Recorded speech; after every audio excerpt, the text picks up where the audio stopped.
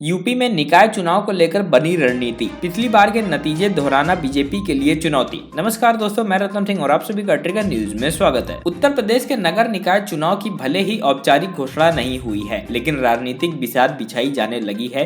BJP से लेकर सपा, बसपा और कांग्रेस तक अपनी अपनी तैयारियों में जुट गए हैं। निकाय चुनाव के मुद्दे पर बीजेपी कोर ग्रुप नेताओं की बैठक बुधवार को मुख्यमंत्री योगी आदित्यनाथ के आवास 5 कालिदास मार्ग पर हुई, जहां नगर निकाय चुनाव और एमएलसी की शिक्षक स्नातक के क्षेत्र चुनाव को लेकर रणनीति बनी, लेकिन पिछली बार के नतीजे दोहराने की चुनौती है। मुख्यमंत्री योगी आदित्यनाथ, बीजेपी के प्रदेश अध्यक्ष भूपेंद्र सिंह चौधरी, डिप्टी सीएम केशव प्रसाद मौर्य, ब्रिजेश पाठक, प्रदेश प्रभारी राधे मोहन सिंह और प्रदेश महामंत्री संगठन धर्मपाल की मौजूदगी में बुधवार को बैठक हुई। वहीं इससे पहले पिछले सप्ताह दिल्ली में बीजेपी शीर्ष नेतृत्व के बीच बैठक हुई थी, जिसमें बीजेपी के राष्ट्रीय अध्यक्ष जेपी नड्डा, गृह मंत्री अमित शाह और महामंत्री संगठन बीएल संतोष और मुख्यमंत्री योगी शामिल थे। बीजेपी की यह दोनों ही बैठकों में निकाय चुनाव जीतने की रूपरेखा बनाई गई है।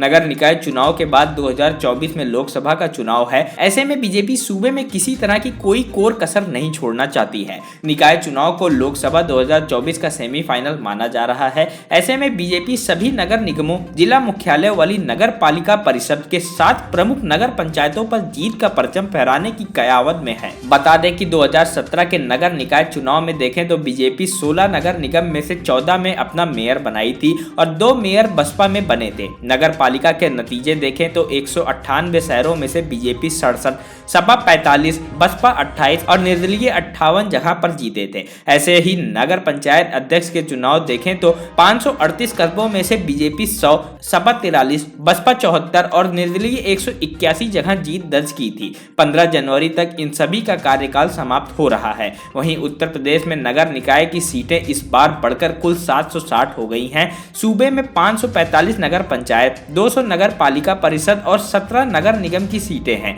इस तरह नगर पालिका पंचायत अध्यक्ष, निगम में महापौर और पार्षद पद के लिए चुनाव कराए जाने हैं। निकाय चुनाव के सीटों के आरक्षण को लेकर मामला हाई कोर्ट में है, जिस पर शुक्रवार को फैसला आ सकता है। कोर्ट के फैसले पर भी सभी दलों की निगाहें लगी हुई हैं। उत्तर प्रदेश में 17 नगर निगम हैं, जहां पर मेयर और पार्षद सीटों के लिए चुनाव होने हैं। बीजेपी ने पिछली बार 14 में से अपना मेयर बनाने में कामयाब रही थी, जबकि मेरठ और अलीगढ़ में बसपा के मेयर बने थे। सूबे की सभी 17 नगर निगम में बीजेपी अपना मेयर बनाने का प्लान बनाई है, जिसके लिए सभी 17 नगर निगम में सीएम योगी 1 से 2 रैलियां, रोड शो करने की रणनीति बनी है। इसके अलावा नगर निगम के चुनाव के लिए योगी सरकार के मंत्रियों और बीजेपी नेताओं को भी जिम्मेदारी सौंपी गई है। बीजेपी सत्ता में नहीं रहते हुए भी निकाय चुनाव में बेहतर प्रदर्शन करती रही है और सरकार में रहते हुए उस पर बड़ा दबाव है। बीजेपी ने नगर निगम में बेहतर प्रदर्शन किया था, लेकिन नगर पालिका और नगर पंचायत में पिछड़ गई थी।